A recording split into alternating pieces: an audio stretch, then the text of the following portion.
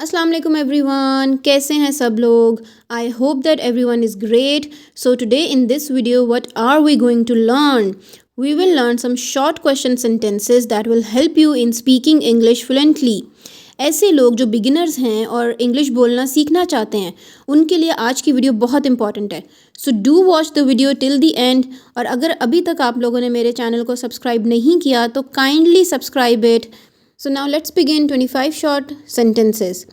सबसे first sentence अगर आप देखें, योर नेम प्लीज़, यानी कि ये हम तब सेंटेंस यूज़ करते हैं जब हमने किसी का नेम पूछना होता है। जब हमें किसी अगले बंदे का नेम नहीं पता होता और हमने उससे उसका नाम पूछना होता है तो हम उसको ऐसे भी कह सकते हैं कि what's your name, what is your name. या फिर अगर हमने आसान इंग्लिश में पूछना है तो हम ऐसे भी पूछ सकते हैं, your name please. So this looks a little formal और ये बोलने में या पूछने में बहुत अच्छा लगता है, your name please. Second sentence अगर आप देखें, वेयर आर यू फ्रॉम, इसका क्या मतलब है, आप कहाँ से हैं, यानी कि आप कहाँ रहते हैं या आप कहाँ के पीछे आपकी बिलोंगिंग कहाँ की है। सो इसका क्या मतलब होता है, आप कहाँ से हैं। सो जब हमने किसी से पूछना होता है कि आप कहाँ के रहने वाले हैं तो हम उसके कहते हैं where are you from. Then number third sentence देखें, वुड यू लाइक टी, आप चाय लेंगे। सो जब हमने किसी को कुछ ऑफ़र करना होता है या किसी से कुछ खाने के लिए पूछना होता है तो हम उसको ऐसे पूछ सकते हैं, वुड यू लाइक टी और would you like coffee. Then fourth sentence देखें, हाउ ओल्ड आर यू, आपकी उम्र क्या है। यानी कि जब हमने किसी से किसी की उम्र पूछनी होती है या एज पूछनी होती है तो हम उसको ऐसे पूछ सकते हैं, how old are you. What's up, what's up का क्या मीनिंग होता है, क्या चल रहा है। क्या चल रहा है मतलब कि आपसे अगर आप किसी से पूछना चाहते हैं कि आपकी लाइफ में क्या चल रहा है या आपकी डेली रूटीन में क्या चल रहा है तो हम उसको ऐसे पूछ सकते हैं, व्हाट्सअप। देन व्हाट्स दैट का क्या मीनिंग होता है, वो क्या है, यानी कि ये क्या चीज़ है। अगर आपने किसी चीज़ को पॉइंट आउट करके पूछना हो कि ये क्या चीज़ है तो हम उसको ऐसे पूछ सकते हैं कि what's that. Then what happen का क्या मीनिंग होता है, क्या हुआ, यानी कि अगर कोई अनयूजुअल सी चीज़ हो जाती है या कोई ऐसी चीज़ हो जाती है जो आपको नहीं पता तो आप उसको कैसे पूछ सकते हैं, what happened. Then how much is used for some quantity, अगर हमें किसी चीज़ की कोई क्वांटिटी फाइंड आउट करनी है तो हम उसको ऐसे पूछ सकते हैं, हाउ मच, यानी कि how much is the sugar, how much is the T. ठीक है, जब हमने किसी भी चीज़ की कोई क्वांटिटी पूछनी होती है या मिकदार पूछनी होती है तो हम उसको हाउ मच कह के पूछ सकते हैं। देन हाउ लॉन्ग का मतलब क्या होता है, कितनी देर, यानी कि अगर किसी ने आना हो कहीं पे या अगर आप किसी का वेट कर रहे हो तो हम उसको ऐसे पूछ सकते हैं कि हाउ लॉन्ग। ठीक है, देन सेकेंड नेक्स्ट सेंटेंस देखें, हाउ मैनी भी हम किसी चीज़ की क्वांटिटी को फाइंड आउट करने के लिए पूछते हैं कि अगर किसी चीज़ की हमने कोई क्वांटिटी फाइंड आउट करनी है तो हम उसको ऐसे पूछ सकते हैं कि ये चीज़ कितनी है, कि how many are the tables, how many are the pens. यानी कि किसी भी चीज़ की क्वांटिटी फाइंड आउट करने के लिए हम या तो हाउ मच यूज़ कर सकते हैं या फिर हाउ मैनी। और अगर यहाँ पे मैं आपको बताती चलूँ, how much is used for those things which we can not count, यानी कि ऐसे नाउन्स के साथ हम हाउ मच यूज़ करते हैं जो अनकाउंटेबल होते हैं, जिनको हम काउंट नहीं कर सकते।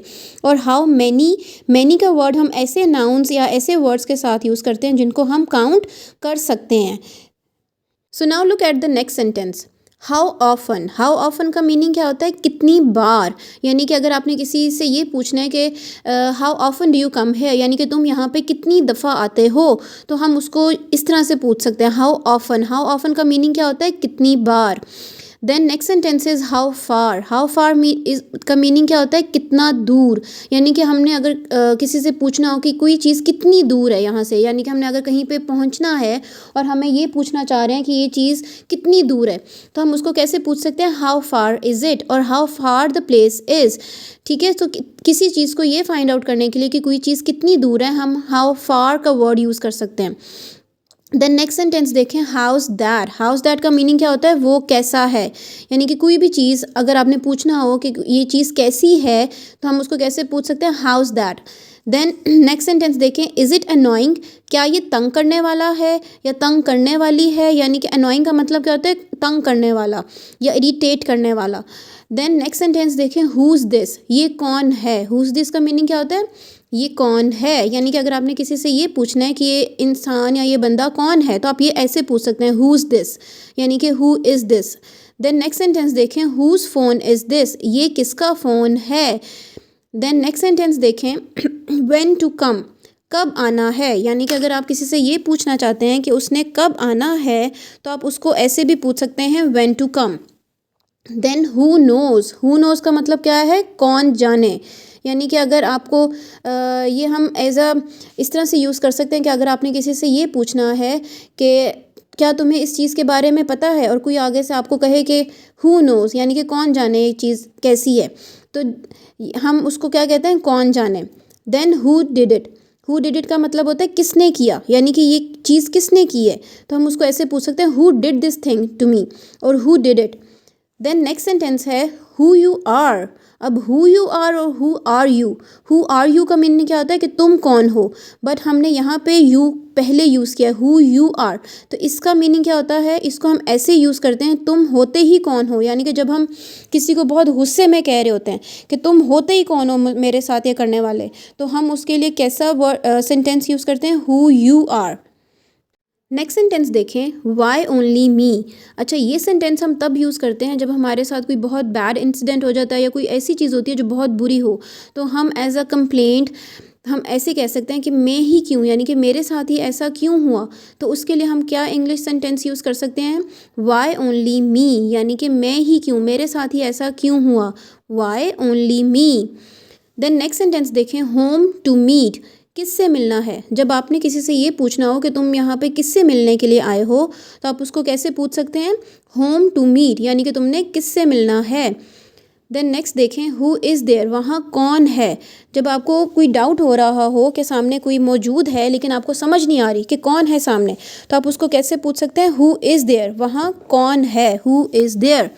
देन नेक्स्ट देखें, व्हेन टू गो, कब जाना है, यानी कि जब आपने किसी से ये पूछना हो कि तुमने कब जाना है यहाँ से, तो आप उसको कैसे पूछ सकते हैं, when to go. Then last sentence देखें, व्हेन टू स्लीप। अब इसका क्या मीनिंग हुआ, कब सोना है, यानी कि जब आपने किसी से ये पूछना हो कि तुमने कब सोना है, तो आप उसको कैसे पूछ सकते हैं, when to sleep, when to sleep. So these were some of the question sentences that you guys can use for speaking English fluently. I hope that you understood the video. अगर आपको मेरी वीडियो थोड़ी सी भी informative लगी है तो do subscribe to my channel and like and share also. Thank you so much.